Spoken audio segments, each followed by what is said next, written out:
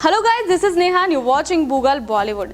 अब भाई अतीत में अगर कुछ ऐसा हुआ हो और दोबारा से वो चीज़ रिपीट हो जाए ना, तो मतलब कहीं ना कहीं बुरा तो लगता ही। और ऐसा ही कुछ हुआ है देवोलीना के साथ। अब भाई रुबीना और शार्दुल पंडित की आपसी मुठभेड़ देखकर उन्हें भी अपने बिग बॉस 13 की याद आ गई। यानी कि जब बिग बॉस 13 में वो कंटेस्टेंट थी तो उन्हें अपनी पुरानी यादें जो है वो ताज़ा हो गई, जिसकी वजह से उन्हें गुस्सा आया और ट्विटर पर उन्होंने बिग बॉस को काफ़ी कुछ बुरा भला भी कह दिया। अब देखिए, गुस्सा कुछ इस तरह फूटा है। आपको बता दें कि नॉमिनेशन का टाइम चल रहा था। भाई दिवाली तक ही बिग बॉस के सभी कंटेस्टेंट को छूट थी, या इस तरह से कह सकते हैं कि उन्हें एक प्यारा सा गिफ्ट दिया था बिग बॉस ने कि इस हफ्ते कोई भी नॉमिनेट नहीं होगा बिग बॉस के घर से। लेकिन अब जो है नॉमिनेशन दोबारा से नॉमिनेशन की प्रक्रिया शुरू हो गई है, जिसकी वजह से रुबीना दिलाइक से शार्दुल पंडित जो है कम वोटों से रह गए और घर से बाहर चले गए। यानी कि देवोलीना हो गई है बिग बॉस से नाराज और ट्विटर पर उन्होंने अपना गुस्सा पूरी तरह से निकाल दिया और कहा है कि देखिए, बिग बॉस के घर वाले अच्छा खेल रहे हैं, उन्हें अच्छा खेलने दीजिए, अपना दिमाग ना ही लगाए तो बेहतर रहेगा।